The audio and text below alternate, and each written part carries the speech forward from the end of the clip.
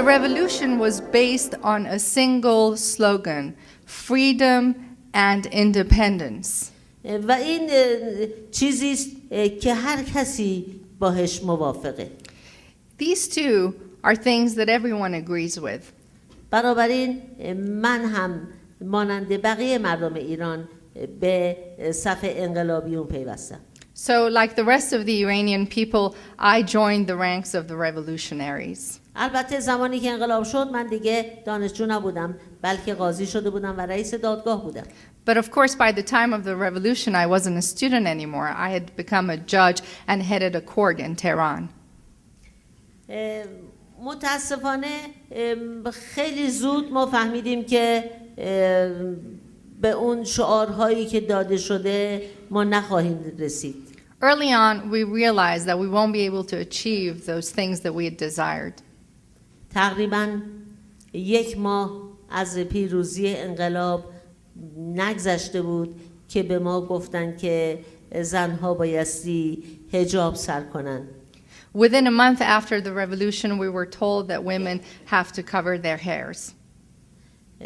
و اگر زنی بدون روسری و با آستین کوتاه بیرون می آمد مرتکب جرم شده بود و مجازات می شد. And if a woman refused and went to the streets without a veil or with short sleeves, that was considered a crime, and it was allowed that the police to take the women to prison. و چند ماه بعد به من گفتن که چون زن هستی نمیتوانی قاضی باشی. A few months after, I was told that because I was a woman, I could no longer serve as a judge. من و بقیه زنهای قاضی رو تبدیل کردن به کارمندان اداری. I myself and other women judges in Iran were demoted to clerk jobs in the very courts that we had once presided over.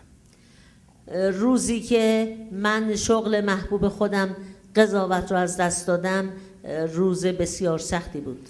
The day I lost my favorite job, which was being a judge, was one of the hardest days of my life. من سالها درس خونده بودم که بتونم قاضی بشم. Remember that I had studied very hard for many years to become a judge.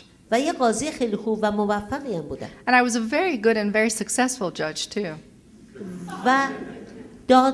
و حکومت به من میگفت چون تو زنی دیگه نمیتونی شغل محبوب خودتو داشته باشی. But here we had a government that was telling me that I could no longer hold on to my favorite job only because I was a woman. اما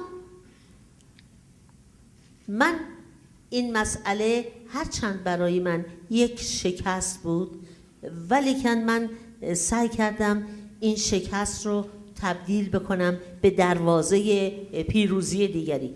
Although this was a defeat for me, I tried to turn the defeat into a new door for more progress and victory for myself.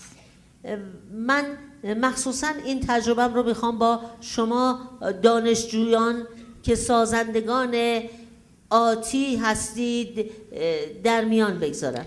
I especially want to share this experience with the students here because you too are the builders of the future. گاهی اوقات شکست میخورید. Sometimes you will encounter defeat. اما نبایستی ناامید بشید و فکر کنید که همه چیز رو از دست دادید و دست از فعالیت بکشید. But you should not lose hope and feel that the defeat should allow you to stop all your activities. شما وقتی که بخواید از یک مانع بلندی بپرید بایستی یک قدم عقب برید که بعد بتونید گام بعدی رو بلندتر بردارید که اون مانع رو رد کنید. When you want to jump over something like seems like a very big challenge, you need to first take a step back and then gain the momentum and take a leap. شکست ها هم تو زندگی همینطوره. It's the same thing with the defeats you encounter in life. ممکنه در سر یک شکست ما یک قدم عقب بریم. ولی بایستی گام بعدی رو بلندتر برداریم. As a result of these defeats, you might be forced to step back one step, but then take a higher leap. من سعی کردم و موفق شدم. I made every effort I could and I succeeded. روزی که شغلم رو از دست دادم یک گام به عقب رفتم ولی با خودم فکر کردم امروز روزی است که من باید سعی کنم گام بلندتری بردارم. The day I lost my job was a defeat, was one step back, but I was determined to take a bigger step forward. و با تمام نیرو شروع کردم کار کردن. So I focused my entire energy on working hard. 14 کتاب نوشتم. I wrote in that time frame 14 books, که بعضی از اونها به زبان انگلیسی هم ترجمه شد. and some of them were translated into English too. من شغل‌های والنتیر زیادی انتخاب کردم. I also volunteered for a lot of jobs and works as well, a lot of work too. و روزی که من رو از دادگستری بیرون کردن به خودم قول دادم یک روزی خواهد رسید که دادگستری ایران پشیمون میشه از اینکه من رو بیرون کرده و گفت و به خودش میگه کاش که این هنوز قاضی ما بود. The day I was forced out of the judicial system of Iran, I told myself that there will be a time when they will regret that they forced me out. و روزی که من جایزه نوبل رو بردم و رفته بودم اونجا و داشتم نطقم رو میکردم با خودم گفتم امروز همون روزه.